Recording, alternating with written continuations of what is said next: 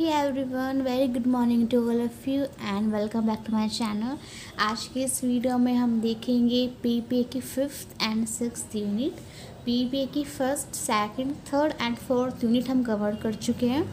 अगर किसी को नहीं पता है पीपीए क्या है तो PPA means programming principle and algorithm, जो कि आपके बीसीए फर्स्ट सेमेस्टर का एक सब्जेक्ट है। प्रोग्रामिंग प्रिंसिपल एंड एल्गोरिथम की लास्ट वीडियो होगी और इस वीडियो में हम 5th and 6th unit complete cover करेंगे। स्टार्ट करते हैं हमारी वीडियो। तो सबसे पहले हम देखेंगे यूनिट 5th।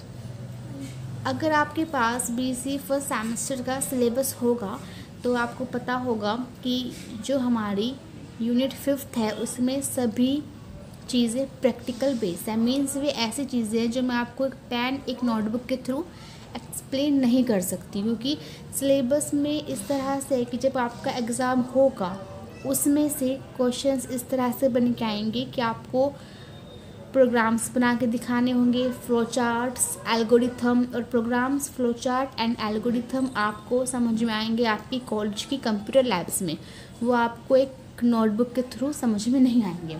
यूनिट 5th का हमारा जो टॉपिक है वो है व्हाट इज़ स्वैपिंग। इसकी डेफिनेशन आपके एग्ज़ाम में पूछी जाती है, तो इसलिए ये बहुत इम्पोर्टेंट है, क्योंकि ये एक क्वेश्चन जो है ये वेरी शॉर्ट एंड लॉन्ग तीनों में से किसी में भी आ जाता है। और इनफैक्ट अगर ये आपका लॉन्ग में आ जाए इस बार के एग्ज़ाम में तो मतलब कितना अच्छी बात होगी, क्योंकि जाहिर सी बात है अगर ये क्वेश्चन आपके लॉन्ग में आएगा तो कम से कम 7 to 10 मार्क्स का ज़रूर आएगा।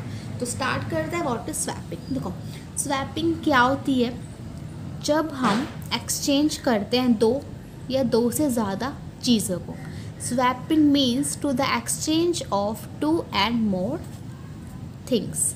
एडवांटेजेस ऑफ स्वैपिंग इज़, मैंने यहाँ पे स्वैपिंग की एक एडवांटेज लिखी है जो कि आपके सी प्रोग्रामिंग के ऊपर बेस है।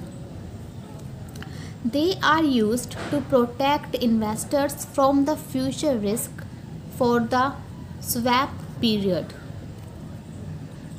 Disadvantage of swapping. The first disadvantage of swapping is lack of liquidity, and the second disadvantage is it is subject to default risk.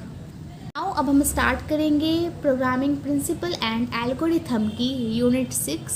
और 6 यूनिट आपके एग्ज़ाम के लिए बहुत इंपॉर्टेंट है, क्योंकि इसमें जो टॉपिक्स हैं वे इस तरह से हैं कि इनके ऊपर क्वेश्चंस आपके एग्ज़ाम में आते रहते हैं।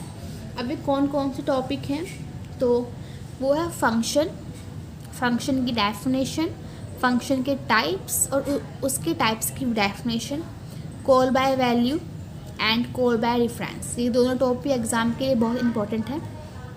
रिकर्सन एंड स्टोरेज क्लासेस, ये स्टार्टिंग के जो 5 टॉपिक मैंने लिखे हैं ये यूनिट 6 के हैं। एंड ये जो लास्ट 3 टॉपिक मैंने लिखे हैं, brain storming, array and interpreter. Actually क्या हुआ था, ये तीनों टॉपिक जो पहले की यूनिट्स हैं उसी में से है, लेकिन मैं इनको करवाना भूल गई थी, क्योंकि जो सिलेबस मेरे पास था उसमें ये टॉपिक यूनिट 6 में है। लेकिन अगर जब मैंने अभी का सिलेबस दिखा है, इस ईयर का सिलेबस, तो ये टॉपिक कुछ फर्स्ट यूनिट में ऐड कर दिए गए हैं एंड कुछ 3rd 4th यूनिट में, तो इसलिए कन्फ्यूज़न हो गई थी, इसके लिए सॉरी। लेकिन इस वीडियो में हम brain storming, array and interpreter देख लेंगे। और जो एरे है, एरे की मैंने ऑलरेडी एक सेपरेट वीडियो बनाई हुई है जिसमें एरे की डेफिनेशन, एरे की एडवांटेज, एरे की डिसएडवांटेज, टाइप्स एंड उसके टाइप्स की भी डेफिनेशन सभी मैंने लिख दी है। एरे की वीडियो का लिंक मैं आपको डिस्क्रिप्शन में दे दूँगी, आप वहाँ से देख लेना, क्योंकि वो वीडियो इतनी इंपॉर्टेंट है कि उस एक वीडियो में से आपका काम बन जाएगा। And the third is interpreter. So start करते हैं हमारा यूनिट 6 का पहला टॉपिक जो कि है व्हाट इज़ फंक्शन। फंक्शन की हम डेफिनेशन देखेंगे और इसके टाइप्स और उसके टाइप्स की भी डेफिनेशन। तो स्टार्ट करते हैं what is function in C. A function is a self-contained block of codes and subprograms with a set of statements that perform some specific task and coherent task. C program consists of one and more functions. Functions are normally used to divide a large program into smaller programs which are easier to handle. अगर functions की definition मैं आपको हिंदी में समझाऊँ तो आप function को इस तरह से समझ सकते हैं कि जो फंक्शन होते हैं वे नॉर्मली इसलिए यूज़ किए जाते हैं क्योंकि हमारे जो बड़े बड़े प्रोग्राम्स होते हैं, फंक्शन उन बड़े प्रोग्राम को छोटे प्रोग्राम्स में डिवाइड कर देता है, फिर हमें उन प्रोग्राम्स को हैंडल करना ईजी हो जाता है, इसलिए हम फंक्शन सी प्रोग्राम में यूज़ करते हैं। अब हम देखेंगे नीड ऑफ फंक्शन, फंक्शन की हमें ज़रूरत क्यों पड़ती है। तो मैंने यहाँ पे 3 पॉइंट लिखे हैं नीड ऑफ फंक्शन के। The first point is information hiding, the second point is improved testing and the third point is improved debugging. So ये थे यहाँ पे 3 पॉइंट नीड ऑफ फंक्शन के। नाउ अब हम देखेंगे types of functions. There are basically 2 types of function in C. The first type of function is library function and the second type of function is user defined function. और आपके exam के लिए सबसे ज़्यादा important है यहाँ पर user defined function, क्योंकि इसकी अलग से डेफिनेशन आती है। और यूज़र डिफाइंड फंक्शन आपको नाम से ही पता लग रहा होगा कि एक ऐसा फंक्शन जो यूज़र की रिक्वायरमेंट के अकॉर्डिंग होता है, ठीक है। लेकिन हम यहाँ पर सबसे पहले देखेंगे लाइब्रेरी फंक्शन की डेफिनेशन, ओके, और इसके एग्जाम्पल। तो लाइब्रेरी फंक्शन क्या होता है? These functions that are inbuilt in the C language compiler are library functions. These functions are present in C library and they are predefined. जो library function होते हैं वे सी library में प्रेजेंट होते हैं और ये प्री डिफाइंड फंक्शन होते हैं। For example printf, scanf, main etcetera. Now अब हम देखेंगे what is user defined function. User defined function important है, डेफिनेशन आपके एग्ज़ाम में आती है तो इसको ज़रूर प्रिपेयर करके जाना। अगर आप लाइब्रेरी फंक्शन की डेफिनेशन याद ना करें कोई बात नहीं, वो इतना इम्पोर्टेंट नहीं है, लेकिन यूज़र डिफाइंड फंक्शन बहुत इंपॉर्टेंट है। तो what is user defined function? These functions that are defined by the user according to its requirement at the time of writing the program. This is called user defined function. एक ऐसा function जो user की requirement के according define किया जाता है उसको हम बोलते हैं यूज़र डिफाइंड फंक्शन। अब हम देखेंगे call by value and call by reference. ये दोनों टॉपिक एग्जाम के इम्पॉर्टेंट है, इन दोनों की डेफिनेशन भी आती है एंड कभी कभी ऐसा होता है क्वेश्चन आता है what is the difference between call by value and call by reference. लेकिन इस वीडियो में हम सिर्फ इनकी डेफिनेशन देखेंगे, इन दोनों के बीच क्या डिफरेंस होता है वो मैं आपको किसी और वीडियो में बताऊंगी। तो स्टार्ट करते हैं what is call by value.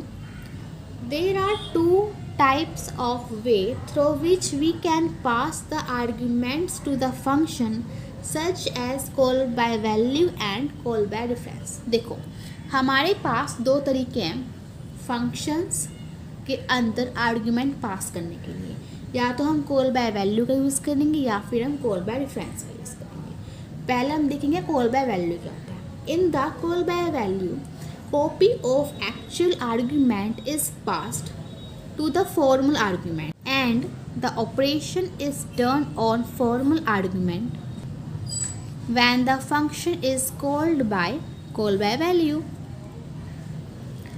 अगर हम call by value को हिंदी लैंग्वेज में समझे तो call by value में हम वेरिएबल्स के लिए वैल्यूज़ पास करते हैं। कॉल बाय वैल्यू में वेरिएबल की जो एक्चुअल वैल्यू होती है वो एक्सचेंज नहीं होती है।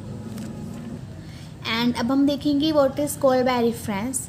Instead of passing the value of variable comma address and reference is passed and the function operate on address of the variable rather than value is known as call by reference। Call by reference and call by value के बाद हमारा जो next topic है वो है what is storage class and their types. Storage class क्या होती है वो देखेंगे और उसके टाइप्स, और इसके टाइप्स का एक इम्पोर्टेंट है वो है एक्सटर्नल स्टोरेज क्लास। इसकी डेफिनेशन आती है एग्ज़ाम में, और कभी कभी ऐसा होता है कि एक्सटर्नल को हम बोल देते हैं एक्सटर्न। एग्ज़ाम में ऐसा भी लिखा आ जाता है कि व्हाट इज़ एक्सटर्नल या फिर एक्सटर्न, तो कंफ्यूज नहीं होना, दोनों एक ही होते हैं। तो स्टार्ट करते हैं डेफिनेशन से इस स्टोरेज क्लास की। The storage class in C provide the complete information about the location. अगर स्टोरेज क्लास की बात करें हम हिंदी में, तो स्टोरेज क्लास सी लैंग्वेज में हमें ये प्रोवाइड करती है कि अगर हम स्टोरेज क्लास को हिंदी में समझें तो सी लैंग्वेज में स्टोरेज क्लास हमें प्रोवाइड करती है complete information about the location. Location के बारे में स्टोरेज क्लास हमें सारी इन्फॉर्मेशन प्रोवाइड करती है। अब हम बात करेंगे टाइप्स। तो स्टोरेज क्लास के सी लैंग्वेज में 4 टाइप्स होते हैं। The first type is automatic storage class, second is registered storage class, and the third is static storage class, and the fourth is external या फिर external storage class। और आपके लिए, आपके एग्ज़ाम के लिए इम्पोर्टेंट है यहाँ पे external। External storage class means an external storage class can do the linking between the global variable into and more files. So this is the definition of external storage class, and the next topic is what is recursion. What is recursion in C? A function which calls itself is called recursive, and this technique is known as recursion. Brainstorming is a group method for obtaining new ideas and business solutions. Basic rules of brainstorming: the first is combine and improve ideas, second quantity wanted, third is not criticism, and the fourth come unusual ideas. Advantage of brainstorming: the first advantage is all ideas are accepted, second is encouraged creative thinking, and the third advantage is easy and simple method.